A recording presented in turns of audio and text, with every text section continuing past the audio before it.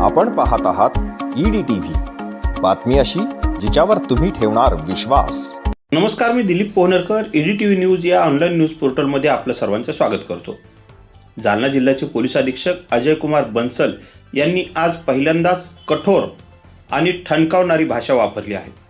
आधी भोंगे काढा, परवानगीचे नंतर पाहू, अशा स्पष्ट शब्दात पोलीस अधीक्षक अजय कुमार बन्सल यांनी आज प्रार्थना स्थळांवर असलेल्या अनाधिकृत भोंग्यांसंदर्भात सर्व धर्मीय प्रतिनिधींच्या बैठकीत ठणकावले।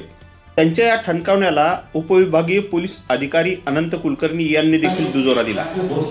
ते म्हणाले, दिनांक 20 फेब्रुवारीपर्यंत जर भोंगे काढले नाहीत तर पोलिसांसोबतच प्रदूषण नियंत्रण मंडळाच्या अशा दोन्ही कारवायांना संबंधित प्रार्थना स्थळाला सामोरे जावे लागेल।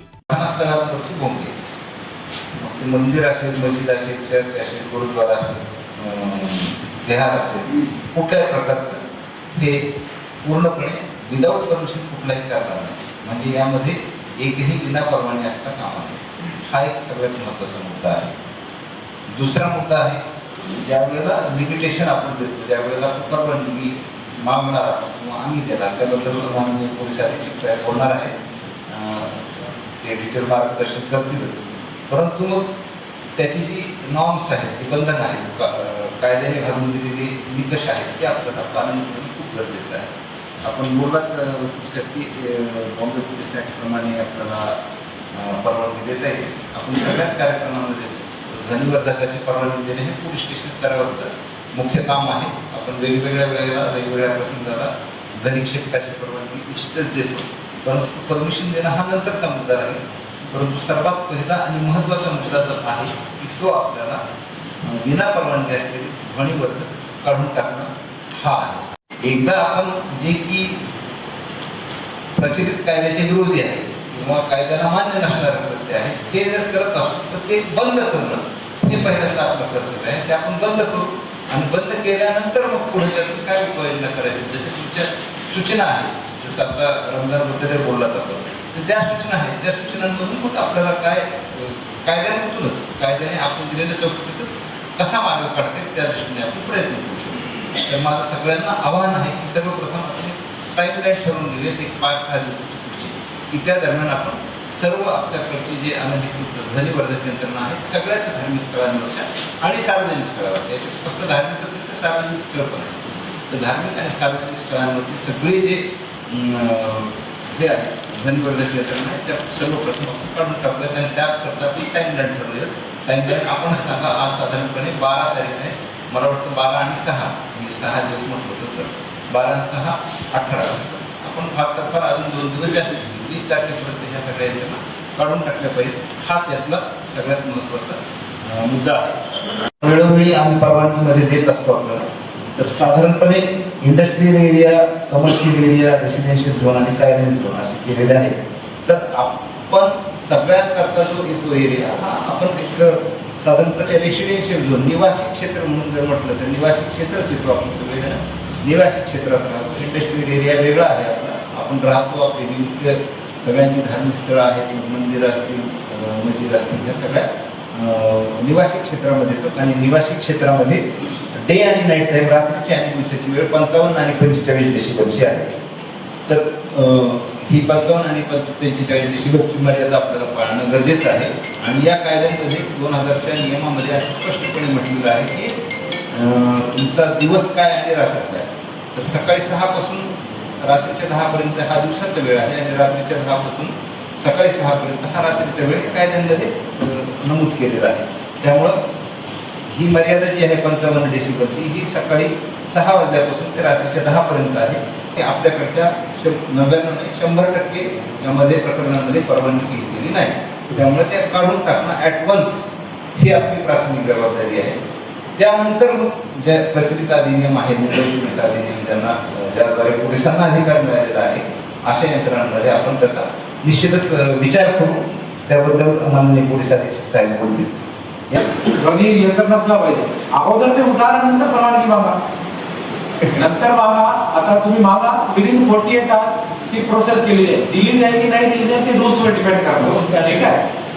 कारण अगोदर उतारल्यानंतर मागा, ही पद्धत थोडी आहे की साहेब आमचा इलिगल लीगल करा, हे आमची अशी रिक्वेस्ट आहे की बाबा 18 पासून रमजान सुरू होते, मग उद्याच आम्ही भोंगे उतारू उद्याच सकाळी आणि आपल्याकडे रीतसर ऍप्लिकेशन देतो. आपण आम्हाला जो सुजतो हायकोर्टच्या जजमेंट प्रमाणे ध्वनी यंत्रणाला परवानगी देता येईल, ठीक आहे, त्याच्या साई जयंती आहे तेवढी आम्ही 100% देतो. भोंगे त्याच्यामध्ये पाहत नाही. हो ना. जजमेंट है, मेरे को नहीं लगता कि इसमें कोई ऐसा डायरेक्शन है कि जो भोंगे लगे हुए उसको उतार दिया. जजमेंट में कहीं नहीं है ऐसा. लिमिट को सेट किया है, लिमिट बताया है और उसको इलीगल कराया, इससे ज्यादा होने के काम. आप जजमेंट एक बार फिर से पढ़िए. जो भी आवाज पब्लिक प्लेस को डिस्टर्ब करती है, ठीक है, आप अपने घर के अंदर इस रूम के अंदर मैं माइक यूज कर रहा हूँ, इस रूम के बाहर आवाज नहीं जा रही है, मेरे को किसी का परमिशन नहीं. अगर इसका एक बाहर एक स्पीकर लगा है जिसके बाद बाहर जा रही है, तो वो पब्लिक न्यूसेंस या फिर पब्लिक को उसका एड्रेस होता है. उसके लिए कोई भी यंत्र बजाने के लिए पहले ही आपको अथॉरिटी की परमिशन लेनी पड़ती है. बिना परमिशन के आप अपने धार्मिक स्थल में अपने घर में अंदर लगाइए 2 बॉक्स. ऐसा का एग्जाम्पल दे रहा हूँ, 2 बॉक्स लगाया है, उसके लिए आपको कोई परमिशन की जरूरत नहीं है किसी का, जब तक वो आवाज अंदर है, परिसर के अंदर है. पब्लिक को जहाँ पर एड्रेस, पब्लिक तक जिसमें आवाज पहुंच रही है, आम पब्लिक, आम जनता, तो वहाँ पर किसी का भी, वो ऐसा नहीं सर धर्म से रिलेटेड है, आपको किसी भी तरह का आपको पर्सनल कार्यक्रम है, आप उद्घाटन कर रहे हो आप दुकान का, जो भी है, उसके लिए परवानगी लेना पड़ता है. जहाँ पर परमानेंट इंस्टॉलेशन है, ये परमानेंट इंस्टॉलेशन हो जाता है, तो वहाँ पर वो स्ट्रिक्टनेस और बढ़ जाती है.